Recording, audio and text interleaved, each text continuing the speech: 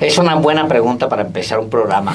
¿Quién lo empieza? ¿Quién empieza? Es importante quién empieza. Yo lo empiezo. Vas. Ya está. Yo lo empiezo porque la elección por primera vez en la historia de México y del mundo de todos los juzgadores de un país, aunque solamente sea parcial esta primera elección, sí marca un antes y un después en un mecanismo para integrar un poder republicano. En el caso de México en particular, no hay experiencias previas salvo una transitoria en el siglo XIX, pero jamás de la dimensión que prevé la reforma que se hizo a partir de la iniciativa enviada por el expresidente Andrés Manuel López Obrador el 5 de febrero de 2024. No hay ningún antecedente. Claro, cuenta esta elección del domingo 1 de junio con una oposición importante. Para empezar, toda la oposición al proyecto de la Cuarta Transformación de Morena y sus aliados no va a ir a votar. Están llamando a no votar. Están llamando a no votar. Punto número 1. Punto número 2. La apuesta es también a que haya una alta participación. Está por verse si la habrá. Y en tercer lugar, creo que el reto fundamental de esta reforma es que lo que resulte sea mejor que lo que hay. Que el resultado de esta elección, que es una Suprema Corte de Justicia de la Nación nueva, un tribunal electoral completo ya con los 2 magistrados que se van a elegir el domingo, con tribunales colegiados nuevos y con juzgados de distrito nuevos, actúen mejor de lo que han actuado los que van de salida. Ese es el reto fundamental. ¿Cuánta gente va a ir a votar? Tenemos parámetros para prever cuántos van a ir a votar. No lo comparemos con la elección constitucional, por ejemplo, del año pasado, que fue una participación importante de alrededor del 60% del padrón electoral, que no va a ser el caso, ¿eh? Yo creo que los parámetros tienen que ser, yo diría mejor un parámetro, es el de la consulta de revocación de mandato de 2022. Así es. Que votaron alrededor de 16 millones de mexicanos. Que es un montón. Que Muchísimo. es un montón. Es un universo. Si así fuera, sería un éxito. Sí. 17% del padrón electoral fue aquel. Y un antecedente previo, Alejandro, y usted que nos ve y que nos escucha, el antecedente Nosotros valemos madre, pero bueno. No, y ustedes también, hombre. No, es que lo hace en respuesta a mí, pero también dirigiéndose a la audiencia. Claro. Que nos ve y nos escucha. El otro antecedente, después de la revocación de mandato, es la consulta para enjuiciar o no a los expresidentes, que fue en 2021. Que esa tuvo muchos más problemas, ¿no? Bueno, pero ahí hubo 6.6 millones de personas votantes que participaron. ¿Son muchas o pocas? Según yo, fueron pocas. Pero yo creo que el parámetro fundamental es la consulta de revocación de mandato, porque contó en aquel momento también con una oposición muy parecida a la que enfrenta hoy la primera elección judicial. Esa es, digamos, mi primera participación. Yo nada más decir una cosa. ¿Por qué nada más una cosa? Una cosa, y me voy a extender. Sí, pues y una cosa que va a durar 2 horas. Y se la voy a decir a Héctor Alejandro nada más. A ver. Y al auditorio. A ver, digamos, atacar un poco lo que dicen los Salinas Pliego y su gente en TV Azteca, de que ellos van a boicotear la elección, porque la consideran una farsa. En una elección democrática, no importa realmente cuánta gente va a votar y cuánta gente no se levanta el domingo y va a la casilla.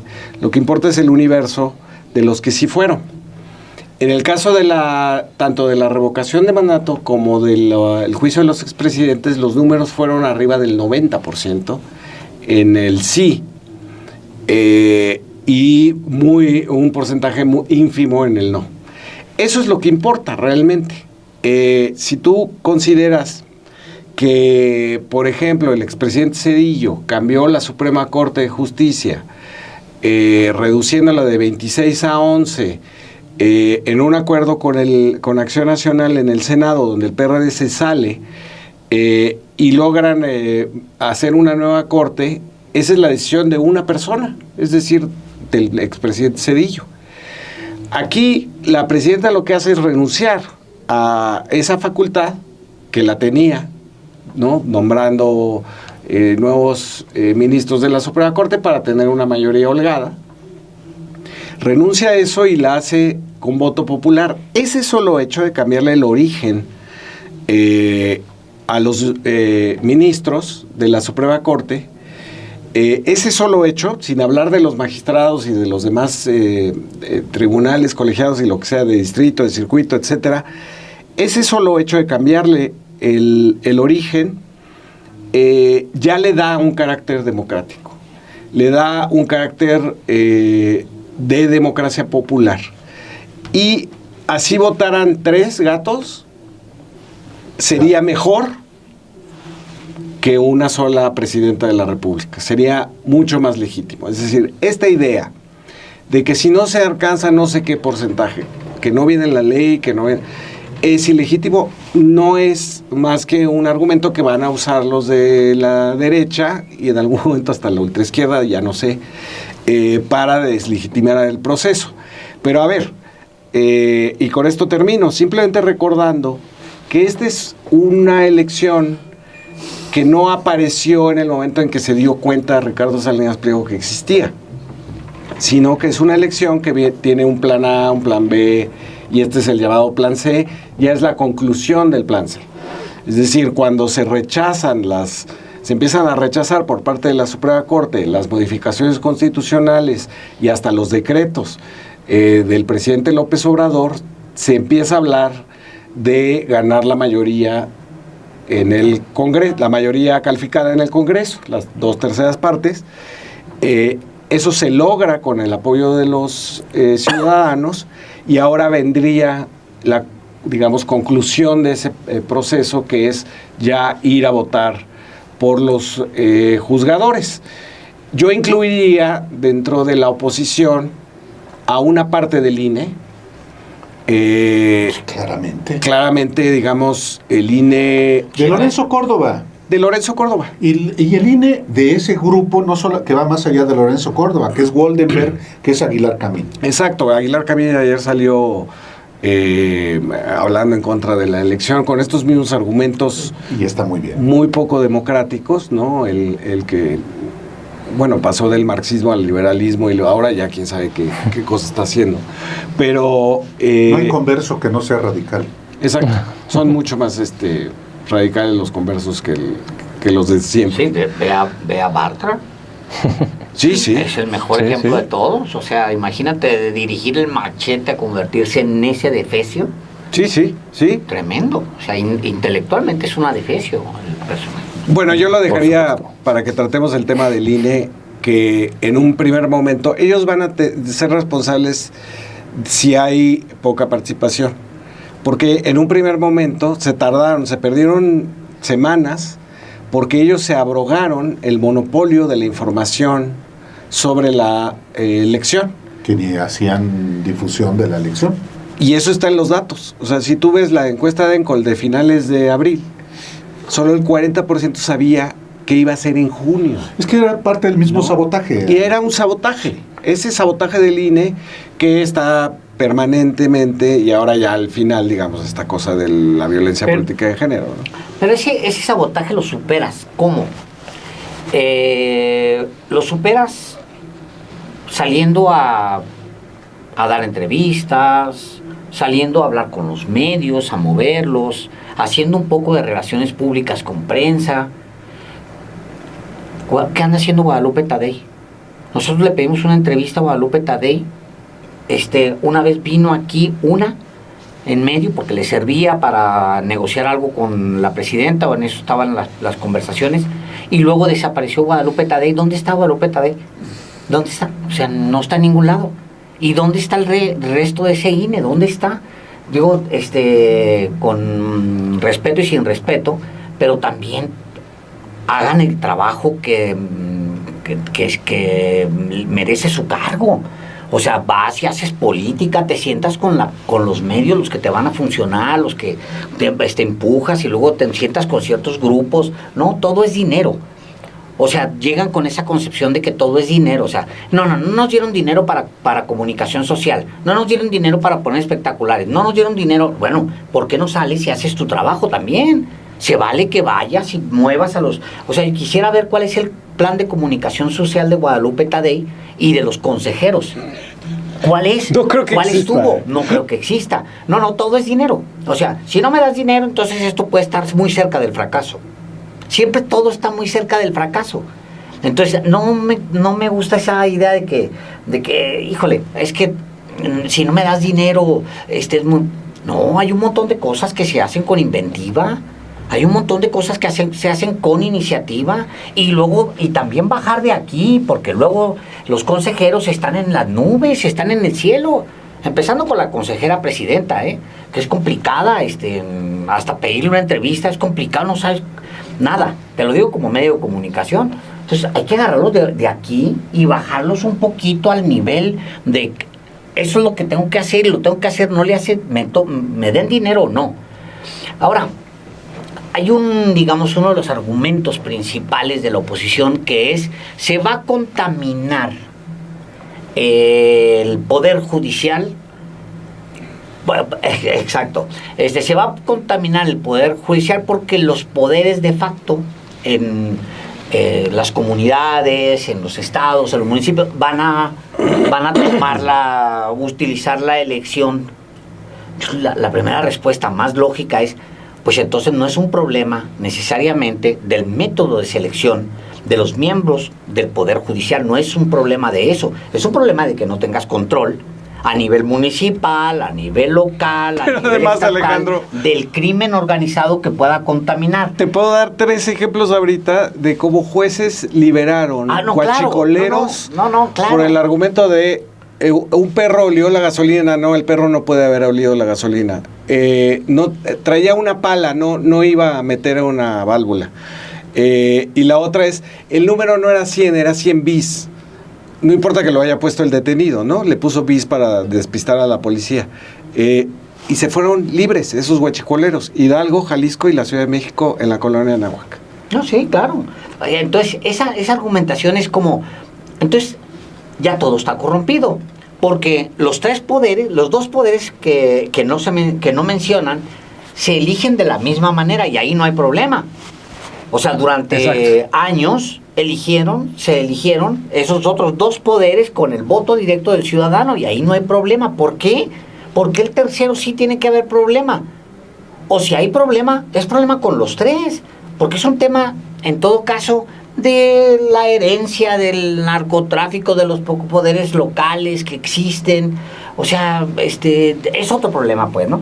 Luego el otro argumento de la oposición, que es de los más comunes, es se van a corromper porque no ganan bien. Ah, sí, ese argumento. Lo diría el saco de pus, ¿no? Eso es un argumento estilo... Todavía más padre que el saco de pus. ¿Quién puede ser? Diego Valadez. O sea, ¿cuánto tiempo dura él en el Poder Judicial? De mayo a diciembre. De mayo a diciembre. De 94. De 94. Dura. Carlos Salinas lo pone como ministro de la Corte en mayo del 94. Cedillo desaparece en un golpe de Estado, en un fujimorazo, la Corte en diciembre del 94. Y desde entonces Diego Valadez cobra una pensión superior a los 150,000 pesos. O sea, además de la liquidación que cobró en aquel momento. O sea, cobró una liquidación. millonaria. Y le estamos pagando y una pensión. le hemos pagado millones al personaje, millones, durante años, vitalicio. 30 años, Alejandro. 30 años tenemos pagándole a este desvergonzado millones de pesos, a Diego Valadez, millones de pesos. Y lo que él dice es, se van a corromper si no les dan dinero, si no les pagan. Se lo dijo Carmen Aristegui hoy. Oye, entonces lo que tú haces es cobrar por algo que no hiciste. O sea, ¿no es corrupción? Entonces, ¿cuál es la corrupción? Claro. O sea, Diego Valadez tiene cobrándonos a los mexicanos por 4 meses, dijiste, Álvaro, 6, 7 meses. De mayo a diciembre. Mayo, junio, julio, agosto, septiembre, octubre, noviembre, diciembre, por 8 meses. El personaje tiene cobrándonos a los mexicanos millones y hasta que se muera, además. Pero además ahí hay un argumento falaz, ¿no? Es decir, la corrupción es una necesidad por falta de dinero. Así es. No es un problema tema, moral. Así es. Ese es el Esto asunto. puede ser, No es de buenas familias. Ajá. No es de lo que recibes en tu casa, la educación que recibes en tu casa, el ambiente, cómo te construye, te hace el individuo que eres. No viene de eso. O sea, y buenas familias me refiero, yo vengo de una buena familia. Yo también, y son de Tepito. Sí, pero yo soy de un barrio de Ciudad Juárez, que para qué te cuento. Sí, Eres muy ya has fresa. contado. Sí, Entonces, sí de está regreso, cañón. toda la argumentación que se hace es una argumentación mentirosa que termina aplastándole los dedos a la oposición.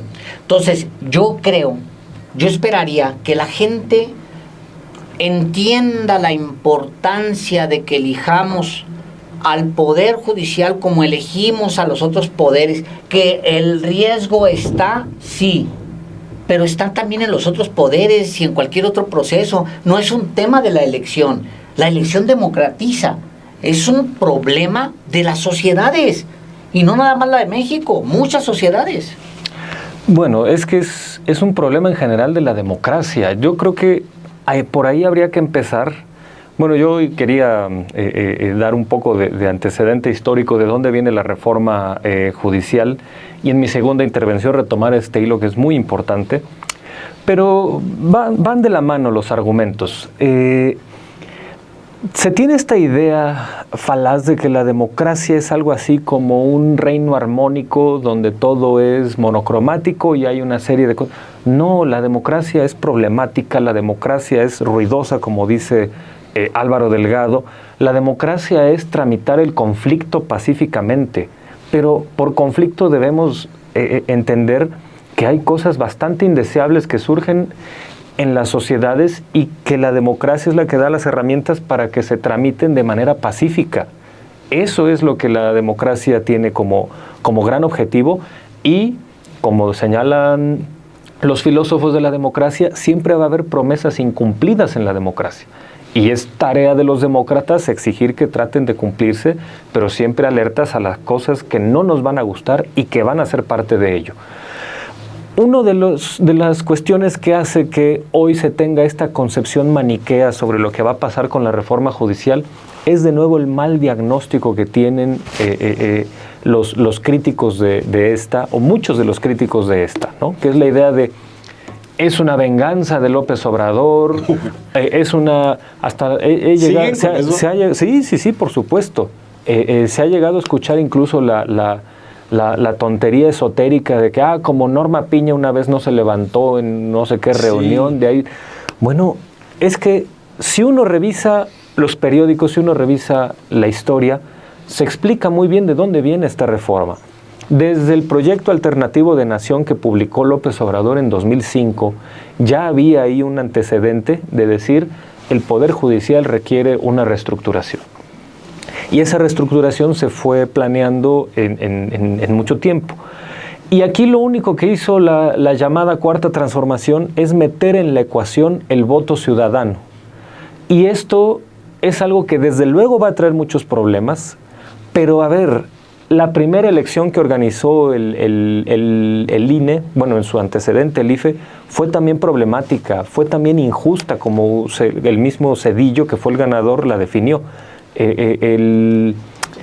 Y de ahí se ha ido sobre la marcha haciendo una serie de reformas para mejorar la legislación electoral sin que necesariamente muchas veces eso significara mejoras en el terreno de la democracia. Nosotros podemos tener la ley más de avanzada y la más garantista, pero todavía ocurren en el terreno cosas indeseables para la propia elección democrática. Y eso es lo que la Cuarta Transformación, sus protagonistas han impugnado y denunciado desde siempre. Creo que hay argumentos de sobra para decir, a ver, la democratización en las leyes, la democratización en la forma, es muy válida y es algo que debe celebrarse, sí. Pero nunca se ha hecho la tarea de, bueno, observemos si en el terreno realmente estas leyes tan magníficas se han acreditado a cabalidad, porque la respuesta es un rotundo no. Desde los fraudes de madrazo, la manera en que se integró el IFE en 2003, que fue una verdadera canallada, y la prolongación de Lorenzo Córdoba en el INE por tantos años, porque cambió de nombre de IFE a INE. Es decir, todas estas cosas que son indeseables en la democracia se han ejecutado de manera absolutamente legal y sin que nadie de los demócratas transitólogos haya alzado la voz. La única parte que ha fungido de fe de ratas, que ha fungido de impugnadora de todas estas cosas que aún en la presunta transición hemos estado observando, ha sido la parte protagónica de la 4T que hoy propone esta idea para que haya una variable en la ecuación que es mucho más difícil de cooptar. No estoy diciendo que no se pueda, pero es más complicado. El voto ciudadano va a ser más difícil, con el voto de ciudadano en la jugada, ya va a ser mucho más difícil que, por ejemplo, PRI y PAN se pongan de acuerdo para excluir a un tercero y definir ellos la integración de un cuerpo autónomo.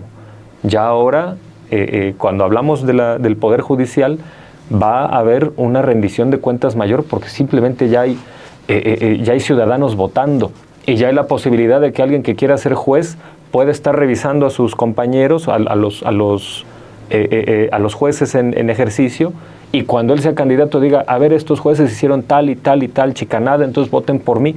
Eso es el juego de la democracia, que las cosas queden más a la luz pública. Y tanto las constructivas y valiosas como las porquerías, porque la democracia también es eso. Insisto, la democracia no es este consenso bonito. Parte de la democracia también es decir, a ver, fulanito cuando estuvo en un cargo público hizo tales chicanas y tales porquerías, y hay que quitarlo de ahí, porque de eso se trata. Entonces, esto va a empezar a operar en el Poder Judicial y es algo que viene anunciado desde hace 2 décadas. No es ninguna reacción psicologista y absurda, es un proyecto que se ha ido construyendo legítimamente y que desde luego nos va a llevar a un camino inexplorado, eso es verdad. Pero por camino inexplorado no tenemos que entender algo así como una tiranía o un totalitarismo o una captura del Poder Judicial, que es el argumento absurdo que se ha planteado y es el que me gustaría desmontar en mi siguiente intervención. Esta oposición tan radical y este abierto sabotaje de sectores muy importantes de México y también del extranjero a la reforma y a la elección de juzgadores en México, en realidad revela lo que está detrás. Que las élites, que los poderes, que el conservadurismo en su conjunto pierde el último reducto que tenía para precisamente defender justamente los privilegios de ese sector. Y no es fortuito que sea el impulsor de la reforma al Poder Judicial, que esta reforma desmonta, Ernesto Zedillo, el que se convierta en el ariete de todo el conservadurismo mexicano para oponerse, para definir que lo que está jugándose en México es la disyuntiva entre la democracia y la tiranía.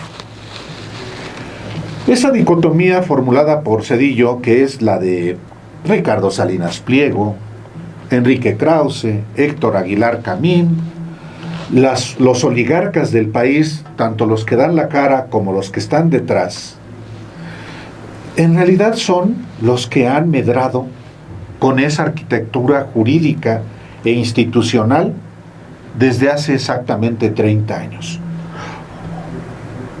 Nunca levantaron la voz esos mismos cuando en 1994 Ernesto Zedillo da un manotazo y desaparece sin facultades constitucionales la Suprema Corte. Fujimorazo, tal cual. Acalla a muchos a punta de dinero, incluyendo a los ministros de la Corte que son destituidos, incluyendo Diego Valadez Ríos, este sujeto desvergonzado y corrupto, profundamente deshonesto, que hoy opina desde los montones de billetes que ha recibido durante 3 décadas sin merecerlos. Ese es un acto de corrupción política y de corrupción personal y de corrupción intelectual. El gran problema es ese, que el conservadurismo mexicano, en sus diferentes expresiones partidarias, que es el PRIAN, a final de cuentas, en sus expresiones empresariales, que son el poder económico en México, el poder en sus expresiones mediáticas, que son Ricardo Salinas Pliego, Televisa también, nada más que Televisa es más astutamente se está acomodando. Bueno, ayer en Foro TV, haciendo una cobertura de las campañas de Loreta Ortiz, de Yasmín Esquivel y de Lenia Batres. Claro, porque ahí llegaron. Claro, sí, porque ya no hay manera. Poder, No. claro. Es el pragmatismo, es la defensa de los intereses, es la connivencia. Y eso también es importante desmontarlo por parte de quienes llegan. ¿A poco van a actuar esas 3 ministras de ganar al son que les toque Televisa? No, pues entonces, ¿para qué vamos a votar? Que si el asunto de fondo de esta renovación del Poder Judicial es que haya juzgadores absolutamente independientes de los poderes políticos, económicos, mediáticos, criminales. Lo que está apenas empezando es que los nuevos juzgadores queden apartados de esos poderes y que le respondan a un elemento que tiene que ver con la democracia, con ese elemento fundamental para que la democracia también funcione, que es el derecho. Que la Constitución y las leyes se apliquen sin distingos. Que todos seamos iguales ante la ley y no unos más y otros menos. Es decir, estamos ante un enorme reto que había que comenzar y que, concluyo, es una expresión más de la disputa por la nación que vamos a seguir atestiguando en los años que vienen. Sí, la idea de los intelectuales neoliberales de que era autoritarismo o democracia, pues servía muy bien para borrar izquierda y derecha. Y lo que impone, digamos, la gente con sus votos, es decir, sí hay una izquierda y hay una derecha, y estamos en una democracia. Ese es el flujo, digamos, en el que estamos. Y esto que decía Héctor Alejandro, que es el conflicto, es la manera de hacer política en una democracia. No se trata, tienen esta concepción armónica, ¿no? Incluso como ya una nostalgia falsa. Convenientemente armónica. Pero ya falsa la nostalgia, así de, ay, cuando el país era... ¿Cuándo ha sido armónico? Sí, No, nunca. ¿No? sí. Nunca. Era punta de billetes, digo, perdón. Y de matanzas. Y de matanzas, era literal, plata o plomo. Pon 2 ejemplos, todos los asesinatos de líderes sociales nomás durante de Salinas a la fecha, nomás, durante el neoliberalismo. Y la cantidad de reformas que se pasaron con el peñismo, que fue por unanimidad, detrás el dinero. Sí, ahí Así estaban es. las maletas, las vimos, Ahí ¿no? estaban, En el ahí las Senado. vimos, ahí estaban los estaban. videos. Bueno, entonces esta idea, digamos, de que hubo un momento armónico y que la democracia se ponen de acuerdo y se comunican. No, la democracia es esta otra. Es poner el conflicto en la mesa públicamente y decir, esta es Porque hay nuestra lucha de postura. intereses. Exacto, hay lucha de Legítimos o intereses. espurios, pero son intereses. Y a lo que voy es a lo siguiente. Con este último reducto que se le quita a la oposición, es para que la oposición empiece a hacer política, que no se escondan detrás de las togas, que por cierto son muy caras, de los ministros. Las togas. No, las togas, ¿no? El ropaje. Todo sí, el todo ropaje completo. Sí, tienen, bueno, es muy caro. Que no se escondan detrás de las togas y hagan política por primera vez. Ahora, tenemos en esta idea, digamos, de que a lo mejor la elección, de parte del conservadurismo, por supuesto, a lo mejor la elección trastoca algo que esté bien en el Poder Judicial. ¿Qué estaría bien en el Poder Judicial? Yo no he visto ni una decisión en los últimos 20 años que sea a favor de los vulnerables, los pobres, las comunidades indígenas. No, he visto todo lo contrario. Cada vez más concentrado en ciertos personajes como Ricardo Salinas Pliego, como la Iberdrola, como, es decir, concentrado cada vez más como se concentra el ingreso, porque finalmente lo que revela todo esto es que es por dinero que los magistrados, que los jueces, por ejemplo, otorgan amparos, que los magistrados hacen sentencias y los ministros toman decisiones de inconstitucionalidad. Parece ser que es el dinero. Entonces, lo que cambia cuando tú pones el voto popular como un elemento de la ecuación es que se cambia el contrato. Es un contrato social ahora. Y los juzgadores tienen un compromiso de distinto tipo. Tienen que reflejar la nueva mayoría, que es la mayoría que se va a constituir con la elección, independientemente de los millones que voten. Es una mayoría que se constituye, ese es el compromiso. Y la verdad es que es hasta un poco vergonzoso decirlo, pero que tengan compromiso con la patria, que no han tenido compromiso con la patria, porque obedecen siempre a intereses económicos, sobre todo de dinero. Es decir, tan Cedillo conocía a los ministros nombrados por Miguel de la Madrid y por Salinas de Gortari, que lo resolvió con dinero. Les dio unas pensiones y los jubiló obligatoriamente y nadie dijo nada. En ese entonces, Burgoa Orihuela, que era un priista de derecha, bastante de derecha. Muy conservador. Muy conservador, que estuvo Sí, sí. contra nosotros en la huelga de la UNAM, fuertemente, incluso encabezó un mitin, donde se había recordado porque dijo que la raza a la que se refería por mi raza, hablar de espíritu, era la raza terrestre, no extraterrestre. Burgoa Orihuela dijo, no van a protestar, esto es un golpe de Estado, lo dijo.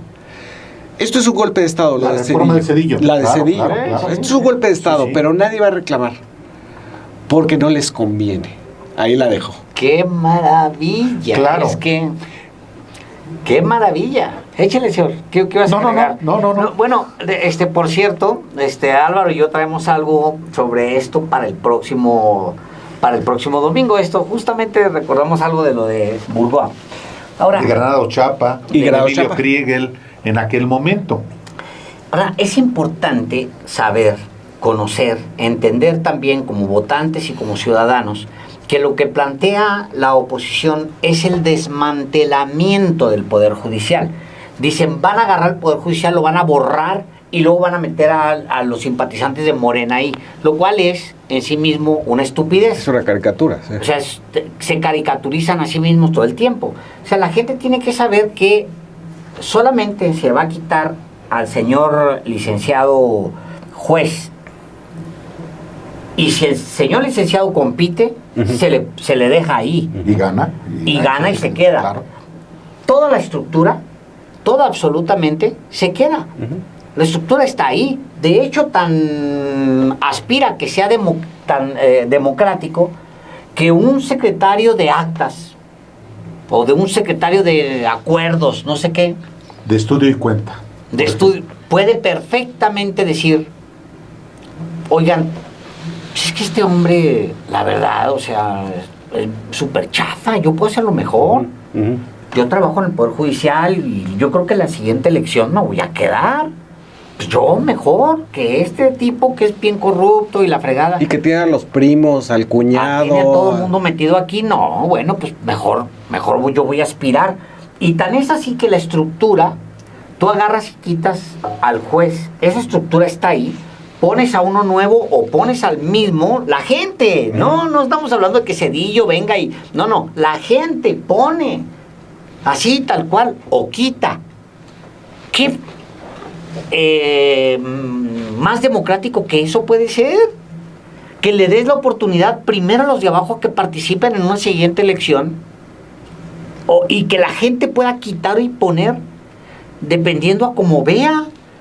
¿Qué va a seguir? Me gustaba mucho lo que decía Héctor Alejandro, porque no hay manera de que el ciudadano mexicano entienda, conozca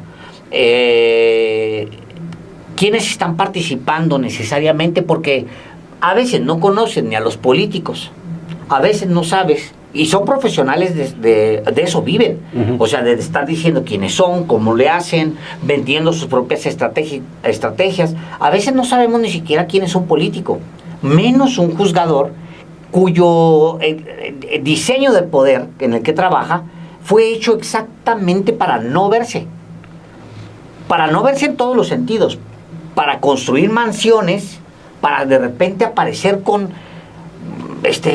híjole, yo por ahí alguien que se registraba en Morena, que participó en el gobierno federal, que yo veía, a ver, ¿de dónde viene tanto dinero? Venía del Poder Judicial esta persona, ¿no? ¿De dónde viene tanto dinero? Digo, qué bueno que esté ayudándole al presidente López Obrador, por ahí, pues órale. Pero cuando vi su declaración patrimonial y venía del Poder Judicial, dije yo, ¿de dónde sale tanto dinero? No nos hagamos locos, o sea, si no me demuestra esta persona que su familia es archimillonaria, ¿de dónde carajos viene tanto dinero? ¿De dónde? Todos lo sabemos, hombre, de un poder corrupto, opaco. Exacto, la independencia es como una caja negra. Ah, sí, claro, No sabemos muy conveniente.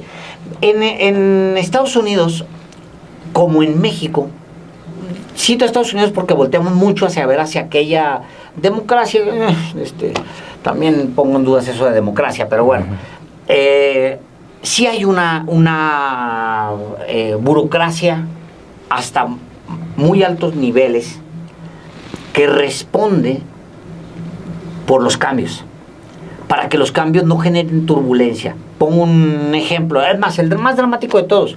¿Qué sabía Donald Trump de administrar un gobierno? ¿Qué sabía? Un empresario, allá, su primer mandato, pues ahora ya tiene más conocimiento, pues está más atrevido. Pero ¿qué sabía Donald Trump cuando gana la elección presidencial? ¿O qué iba a saber en su momento Ross Perot cuando participa y avanza y luego se cae?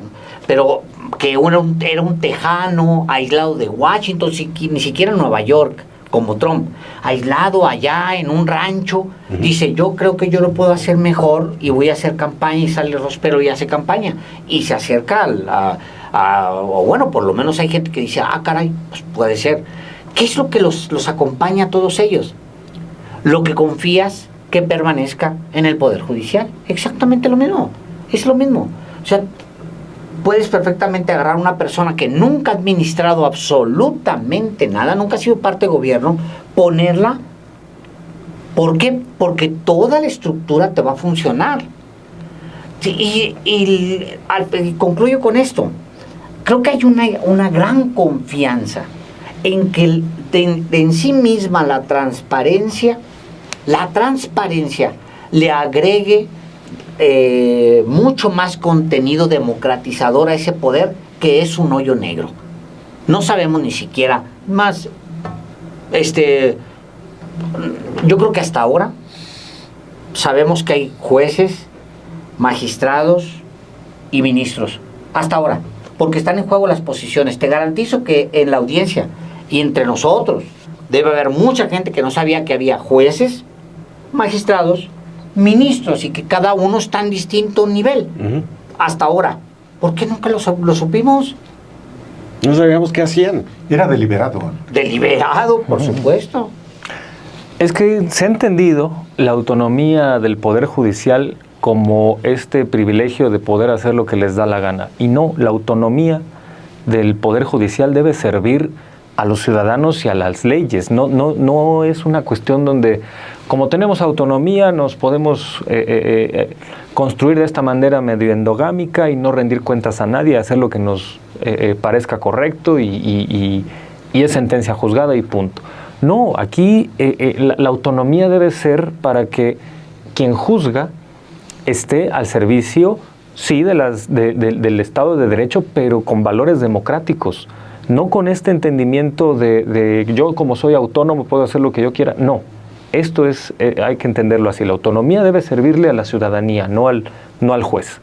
Entonces, a mí me ha parecido bastante preocupante que la crítica fundamental a la reforma judicial se ha llevado en estos términos maniqueos de blanco y negro, de la reforma judicial necesariamente nos lleva al totalitarismo, o al autoritarismo, o a la dictadura, o al fin de la república, como volvió a hacer otra rabieta Enrique Krause en su homilía del domingo. Entonces... que ya nada más tú lees. Nada más tú vas a misa, pero ya... Es verdad, pero yo insisto Pero siempre... lo hace para renegar. Sí, es por curiosidad antropológica, como siempre hay que decirlo. Sí, pues es nuestra chamba, luego es muy ingrata. Tristemente es como cuando el químico tiene que oler estos elementos que huelen mal, pues en el periodismo uno tiene que leer... Es que abrir la reforma y huele a azufre. Pero, sí, o a naftalinas, ¿no? O a naftalinas. Naftalinas, ¿no? Bueno, porque no, todavía el diablo sabe por viejo, al menos, pero estos no saben nada. Entonces... ¿Ni Krause por viejo? Yo, pues no, a las cada vez están peor ellos, Aguilar y Krause. Sí, de unos años para acá han acumulado más ignorancia que experiencia, pero... y lo digo con pesar, yo no estoy... A mí no me hace feliz que los cabecillas de la oposición sean personajes así de prepotentes, así de iletrados en la situación contemporánea. De despolitizados. Leer lo que dice Roger Bartra es en serio penoso para uno, porque uno dice, este hombre hace años era un etnólogo muy importante, sus argumentos podían gustar o no, pero había ahí un trabajo antropológico detrás. Perdón, hoy es un señor como el meme del abuelo Simpson, ¿no? Gritándole a una nube. Algo así. Y lo digo con toda responsabilidad. El último libro de Bartra, perdón, es una ofensa contra Roger Bartra. Insinuar que en 2018 López Obrador ganó con un fraude perpetrado por el PRI, perdón. Eso es horrible. En fin. Entonces, me voy a pero es que es necesario retomar esto para mencionar esta dicotomía. Como la elección judicial no me gusta, necesariamente lleva a la tiranía o a la dictadura. A ver, en este momento en competencia, hay personajes vinculados al PRI y al PAN que tienen amplias posibilidades de ganar. Eso tira el argumento de que esta reforma es un intento de captura de parte del Poder Ejecutivo en contra del Poder Judicial, porque ahí hay elementos identificados con el viejo régimen que pueden ganar. En otra instancia, fue Viridiana Ríos la que hizo un análisis de los precedentes y los antecedentes de los candidatos. Las fuerzas están más o menos parejas y muchos de ellos no tienen ninguna filiación partidista previa o ningún indicio que los haga aparecer en alguna cuestión partidista. Entonces, es legítimo decir, bueno, esta reforma nos lleva a un camino inexplorado que va a ser difícil, que va a ser complicado y que va a tener muchísimos problemas. Esas críticas me parecen muy válidas y creo que son obviedades, ¿no? Y lo que va a pasar el domingo va a ser muy difícil, pero pues la democracia no es fácil, insisto. Se ha tenido que ir aprendiendo sobre la marcha y, en este sentido, ¿qué escenario abre la reforma judicial? Uno donde ya al menos esta oscuridad y esta endogamia va a quedar anulada. Y que si los que quedan no nos gustan, vamos a suponer que el 100% de los que ganen este domingo están identificados con Morena. Bueno, pues dentro de poco se van a poder quitar porque la democracia electoral implica eso, la rotación periódica de élites. Y entonces... Pero aún así, Héctor Alejandro, no estarían vinculados a Morena por el propio método democrático, sino a esta idea de la soberanía. Así es, ¿no? Así es.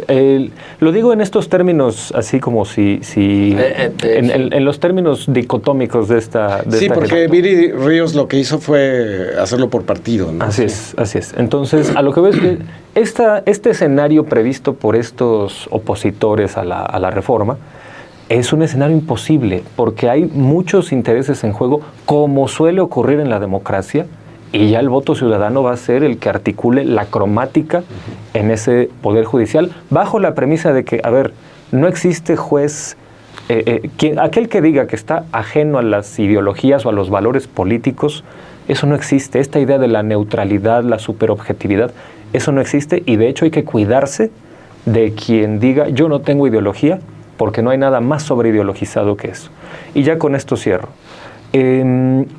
Esta idea de no vayan a votar, que propone, bueno, más bien que trata de imponer una parte de la opinión publicada, estos ideólogos del PRIAN y demás, no vayan a votar porque es una farsa. Suena a esta idea más bien de, para ellos va a ser preferible sentir que pierden por default porque no se presentaron al partido, a llevarse la goliza que previsiblemente se pueden llevar, como ocurrió en la revocación de mandato. Como en la revocación de mandato van a utilizar el índice de abstención como una victoria suya. Así es, lo cual es ridículo. El 2024 les debió haber enseñado que es ridículo, pero volvemos a lo mismo, son ideólogos que no leen periódicos. El gran problema de la decadencia de voces, de la dimensión de los personajes que tú mencionas, Héctor Alejandro. El gran problema es que, aún teniendo algunas críticas procedentes y ciertas, ellos mismos se han encargado de opacarlas y de neutralizarlas. Aún habiendo críticas procedentes a, por ejemplo, la nueva arquitectura jurídica para el Poder Judicial, ellos mismos se han encargado de opacarlas y de hacerlas hasta improcedentes, dignas de no ser tomadas en cuenta por la enorme pérdida de autoridad y de seriedad, por lo menos. Si algo también ha sido importante en la discusión del cambio en el Poder Judicial, como refería Alejandro, es que también hay una formación o un propósito didáctico. En efecto, el Poder Judicial en México fue siempre el gran poder conservador, opaco, oculto, porque nadie hablaba, sí, muchos todavía hoy, cada vez menos, confunden un ministro de un magistrado, pero es parte del proceso de la democracia, que sepamos cuáles son las facultades que tiene cada poder del Estado, cada institución, y no va a ser sencillo, evidentemente, no va a cambiar a partir de septiembre la justicia en nuestro país, porque hay otros elementos que hay que cambiar, que tienen que ver, por ejemplo, las fiscalías, que no tienen nada que ver con el Poder Judicial, los policías, los ministerios públicos, los cuerpos policíacos, las fuerzas de seguridad. Sí, pero aquí estamos hablando, insisto, del último reducto del conservadurismo, que ha defendido los grandes intereses, aun cuando haya al interior de ese mismo poder personas que se han capacitado jurídicamente para cumplir con una vocación que los hay en el Poder Judicial. Y son, sin embargo, los que han sido desplazados por la lógica facciosa en la integración del propio Poder Judicial. ¿Quiénes llegan a ministros? Solamente los que representan esos intereses. ¿Por qué el Ejecutivo propone al Senado tales o cuales perfiles? ¿Para que lo contradiga? No. Para que le sirva a sus intereses, a su proyecto, bueno o malo.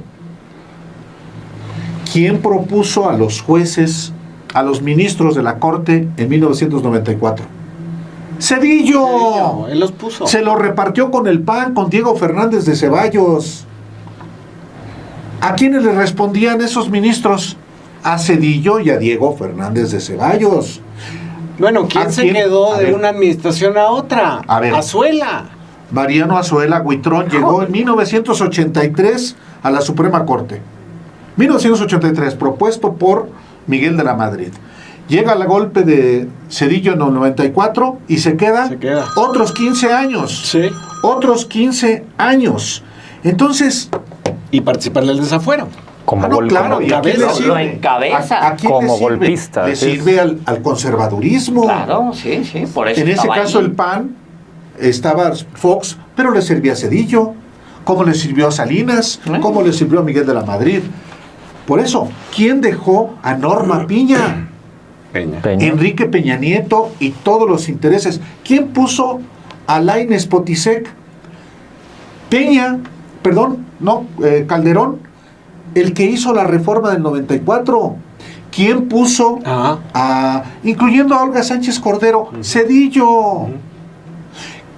¿A quién puso Andrés Manuel López Obrador también? A Yasmín Esquivel, a Loreta Ortiz, a González Alcántara Carrancá, a Margarita Ríos Farjat, que se hayan corrido Es que a los otros intereses, pero son intereses. Sí. Ninguno de ellos, salvo Lenia Batres, se bajó el sueldo. ninguno. Ni se fueron al ISSSTE.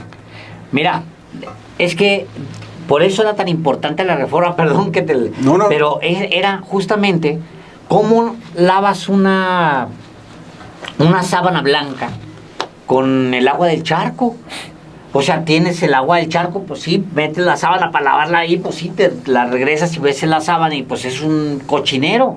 Entonces, era de Las verdad... metáforas de paz. Bueno, decía Reyes Heroles, hay que aprender a lavarse las manos con agua sucia. Fíjate, Imagínate.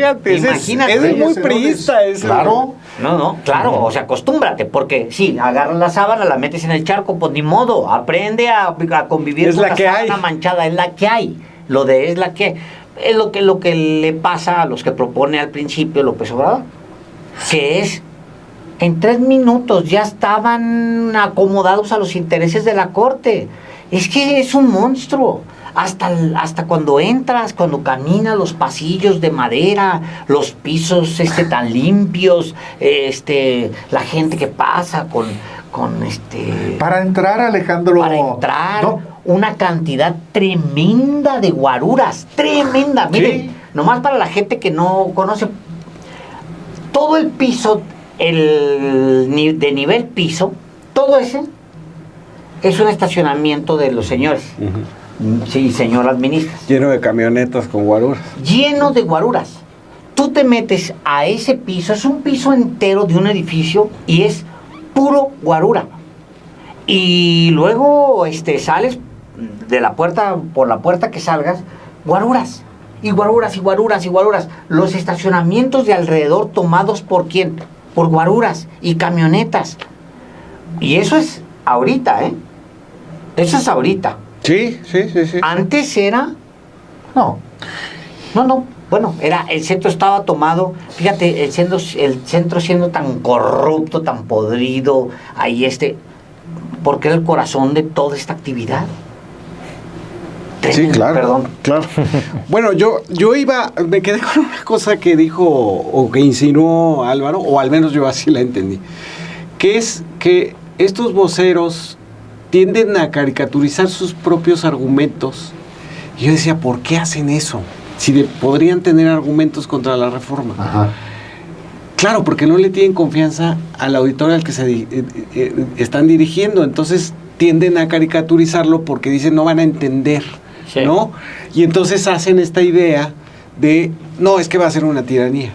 En lugar de decir, a ver, pues no estamos tan de acuerdo en la manera en que se estructuraron los distritos. No se merece nadie esa ¿no? explicación, Fabricio. No se lo Están porque muy ellos, arriba, ellos, ¿no? ellos solo Son ellos Dios. la entienden, Sí. ¿no? Y entonces Se hablan hacen, en el ¿no? Olimpo, se habla. Ellos no voltean a ver. Ah, Tú no. tienes que voltearlos a ver. Ese es el asunto. Ese es el asunto. De hecho, bueno, físicamente, cuando esto se lo contaba Héctor Alejandro fuera del aire un día, la única vez que vi a Enrique Krause, me citó en su oficina para regañarme porque había hablado en contra de una novela de su hijo chico. Y la recomendación de todos los que consulté, porque yo decía, oye, pues me habló este cuate, yo no tengo nada que ver con él, de hecho lo desprecio un poco, pero ¿qué hago? Y todos me decían, no te sientes en la silla del escritorio porque él te va a ver desde arriba, siéntate en el sillón. Y eso fue lo que hice. Llegué y me senté en el sillón como si fuera como del metro cuando se desocupa un Abrió la asiento. puerta y te fuiste. Así me fui y se tuvo que sentar a mi nivel.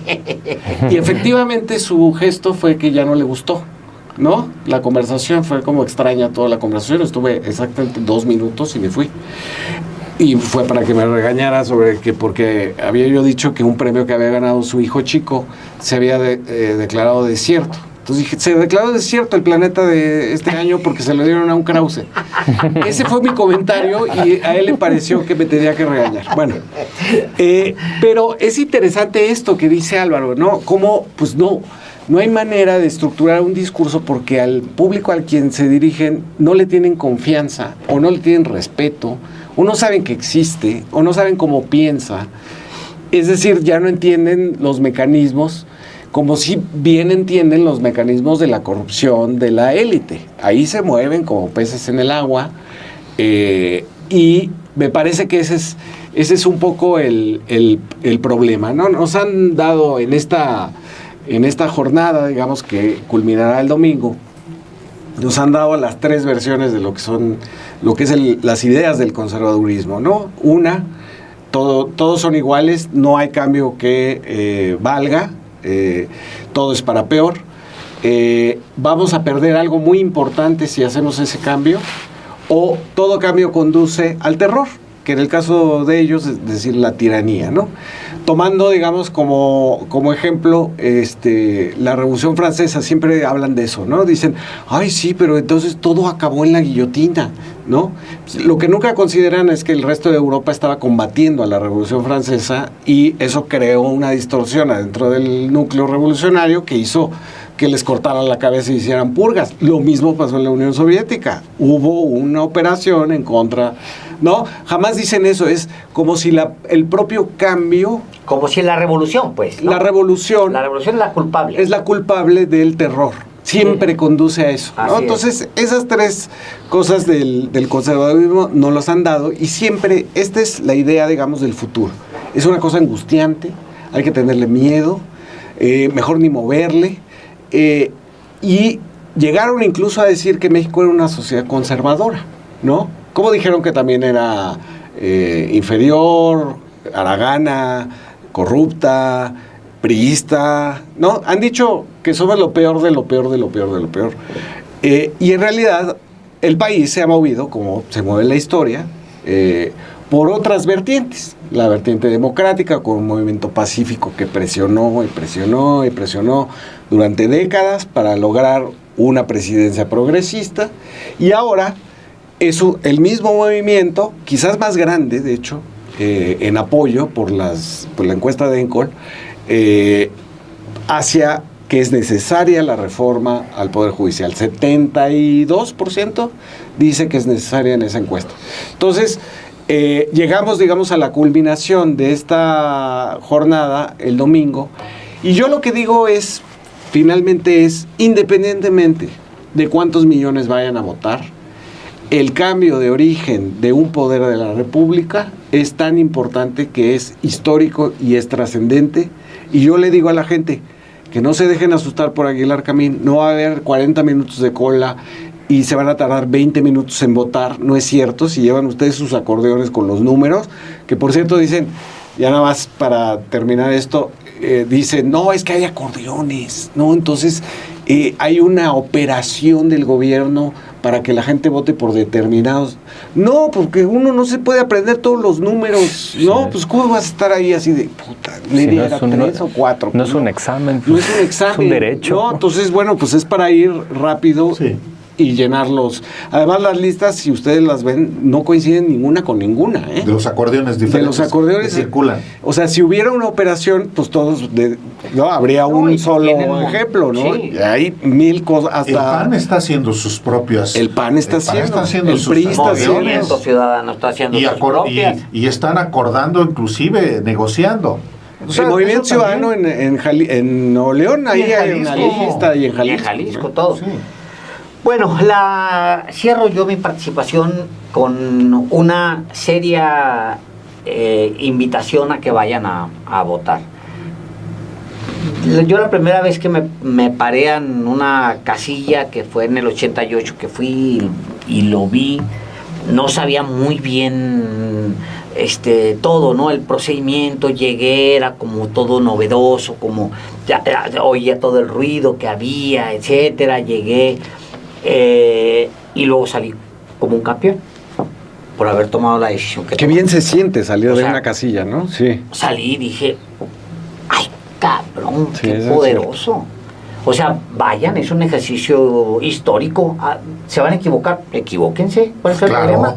Eso es una democracia. Exactamente. Equivóquense, tropiécense, tárdense mucho si quieren. Ahí en la boleta no tengan ninguna prisa. Nadie los está observando. Nadie les está pidiendo nada. Vayan, voten. Participen de un evento que además es histórico. Cuéntenle a sus hijos después, cuéntenle a su familia después que ustedes fueron parte de la renovación del Poder Judicial. Exacto. Punto.